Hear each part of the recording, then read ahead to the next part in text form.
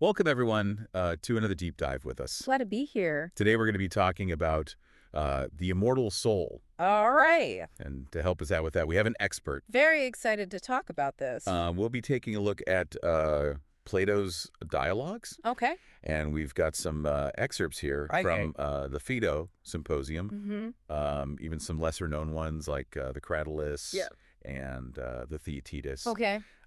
So these ideas are thousands of years old, but they're still things that we're wrestling with today. Definitely. What does it mean to live a good life? Big questions. What is our purpose? Yeah.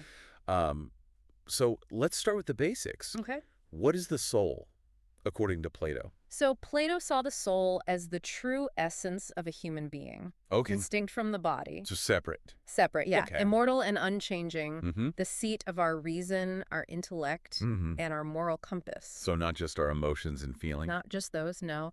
But the core. The very core of our being. Okay. He uses this this analogy of a charioteer driving two horses. One represents our noble desires. The other represents our baser instincts.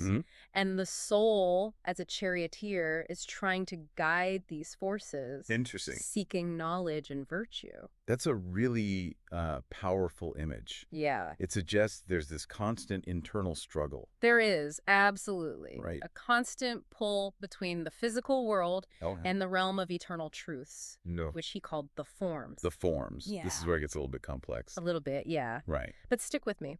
So Plato believed that everything in the physical world is just a shadow of its perfect eternal form. So think of a beautiful flower.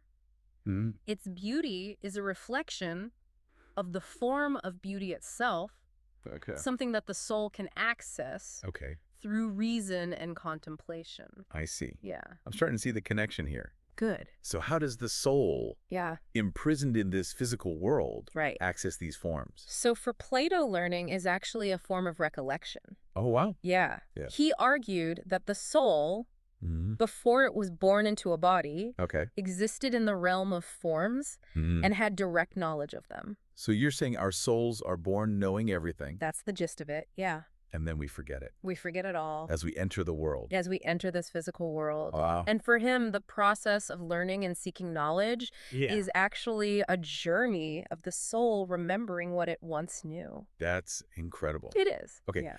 If the soul is truly immortal, as Plato believed, what evidence did he offer to support this? He had a series of arguments in his dialogues. One of the most famous is the argument from opposites presented in the Phaedo. And he argues that everything in existence has its opposite. Light and dark, hot and cold, life and death. Makes sense. And just as death follows life, he believed life must follow death, suggesting the soul's continued existence. So death isn't an ending, but a transition. Exactly. Like a cosmic recycling. Exactly. But he didn't stop there. He didn't stop there. Right. No. He also proposed the argument from recollection. Right. Which we just touched upon. Yeah. So the idea that we possess innate knowledge that couldn't have been acquired through our senses suggests a prior existence of the soul. Exactly. Okay, that's starting to make sense. But these arguments rely on a lot of abstract reasoning. Did he offer any more concrete examples? He did, in the form of myths and allegories. Okay. One of the most vivid is the myth of from the Republic. Which describes a soldier who dies in battle. But then returns to life. To recount his journey through the afterlife. A soldier comes back from the dead. He does. To tell the tale. To tell the tale. That's definitely more gripping than an average philosophy lecture. It is. It is. But it's not just a thrilling story. It's Plato's way of illustrating his ideas about the soul's judgment, reincarnation, and the consequences of our actions. This is definitely sparking my curiosity. Good. But before we delve into the afterlife, Yeah. let's explore another crucial aspect of Plato's thought. Okay. The relationship between the soul and the body. Sure. Were they allies Yeah. or adversaries in his view? So he saw the soul as inherently superior to the body. Okay. Viewing the body as a kind of prison. A prison. Yeah. Okay. That confines the soul and distracts it from its pursuit of true knowledge. So the body's essentially a burden for the soul. Well, not necessarily. He recognized that the body can be a valuable tool for the soul to learn and grow. Okay. It's through our physical senses that we experience the world and gather information, which the soul can then use to reason and contemplate. So it's more of a complex relationship. It is, yeah. Like a talented musician struggling with a flawed instrument. That's a good analogy. The instrument, though, imperfect, can still be used to create beauty. If the musician is skilled enough. This definitely gives me a lot to think about. Good. But if the soul is this eternal, unchanging entity, what happens to it after death? Yeah. Does it just float around in some ethereal realm? Plato's vision of the afterlife is far more dynamic than just floating around. Remember the myth of we talked about? Yes. The soldier who came back from the dead with some wild tales. This myth offers a glimpse into Plato's concept of judgment, reincarnation, and the soul's journey after death. Describes a place where souls are assessed. So like a cosmic performance review. If you will. Okay. Based on their actions in life. Were there spreadsheets involved? Maybe not spreadsheets, but definitely a thorough evaluation. Souls that lived virtuously were rewarded with heavenly bliss. Okay. While those burdened by vice faced consequences and even rebirth into less favorable circumstances. So actions have consequences. They do. That extend beyond our earthly life. Beyond this life, yes. It sounds a bit like karma. You could say that. Yeah. And reincarnation for Plato wasn't just about punishment and reward. It was also an opportunity for the soul to learn, grow, and ultimately purify itself. So each life is a chance to level up our souls. You could see it that way. It makes you wonder, if we knew for sure we'd be reborn, right? How would that change our approach to living? That's a profound question.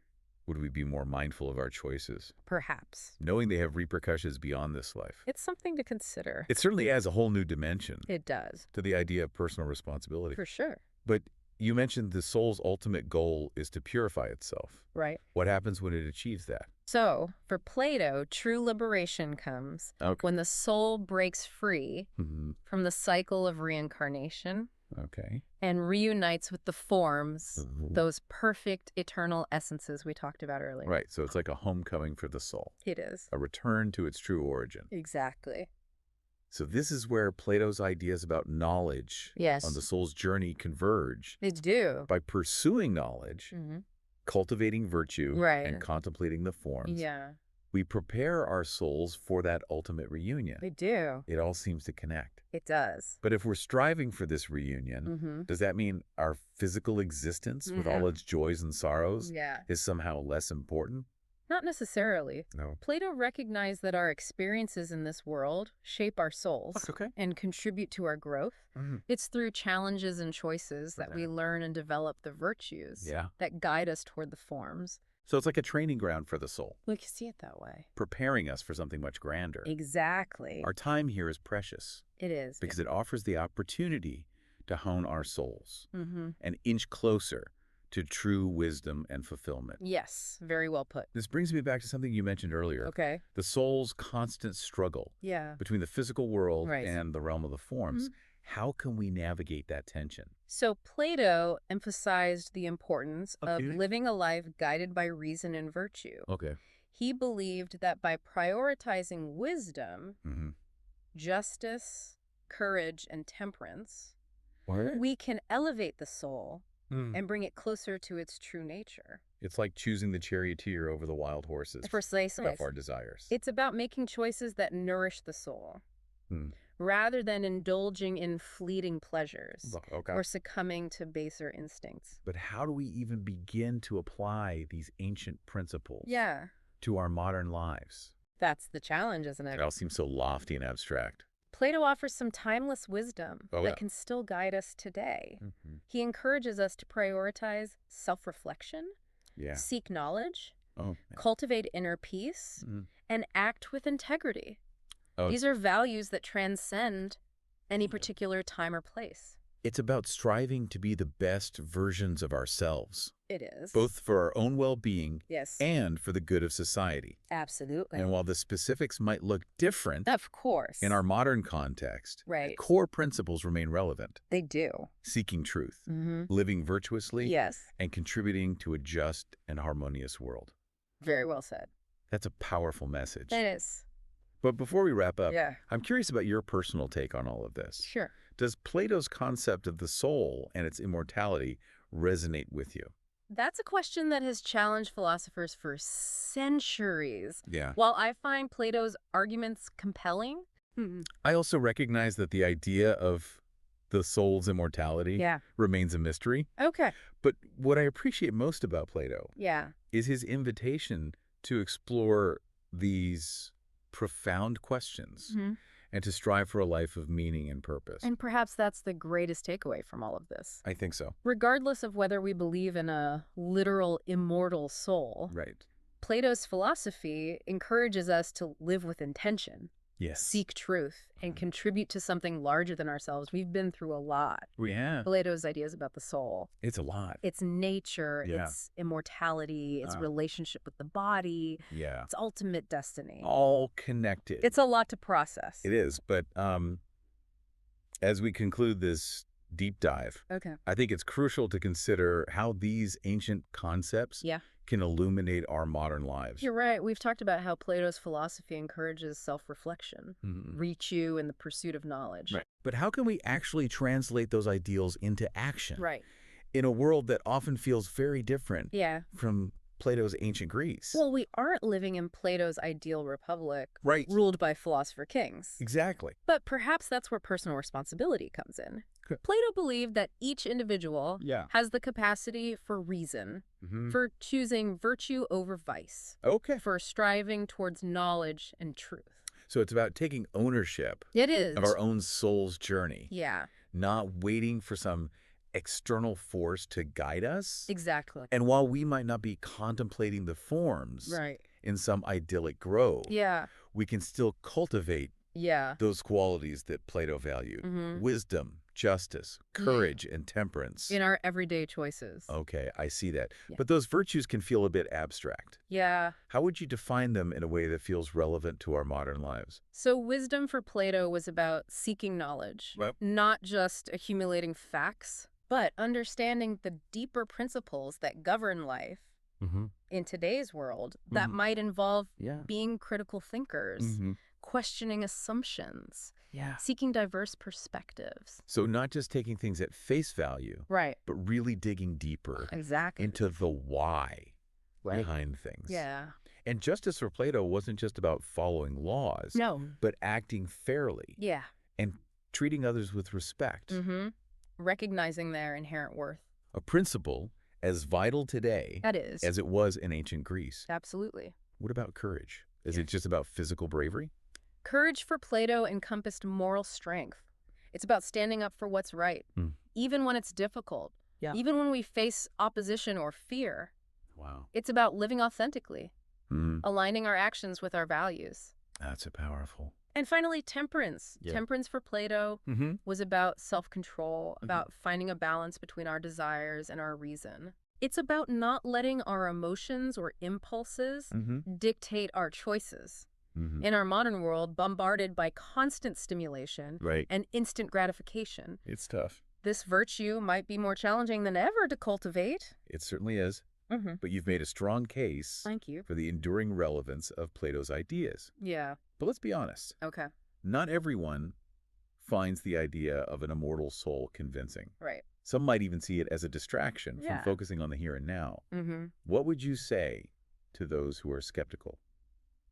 I understand that skepticism, and to be fair, even Plato acknowledged that his arguments couldn't definitively prove the soul's immortality. Yeah.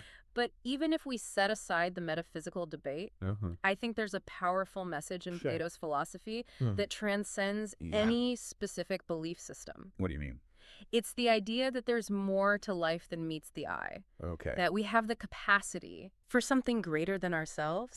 That our choices matter, not just for our own well-being, but for the well-being of others and for the world around us. That's a beautiful way to put it. Thank you. It's about striving for something more meaningful, more enduring than just our fleeting experiences Exactly. in this physical world. Whether we believe in a literal immortal soul or not, I think we can all resonate with that yearning for something more, for a life of purpose and connection. Yes. And perhaps in striving to live virtuously, in seeking knowledge and truth, we cultivate the very qualities that make our souls, in a sense, immortal. That's an inspiring thought to leave our listeners with. I hope so. It seems Plato, even after thousands of years, still has much to teach us about living a good life. Absolutely. And even if we don't have all the answers, Right. the journey of exploring these profound questions is itself a testament to the power of the human spirit. I agree. Well said. And as we wrap up this deep dive, we encourage you, our listeners, to continue exploring these ideas. Questioning, seeking, and discovering your own path to a life well lived. Thank you for having me. Thanks for joining us on this philosophical adventure.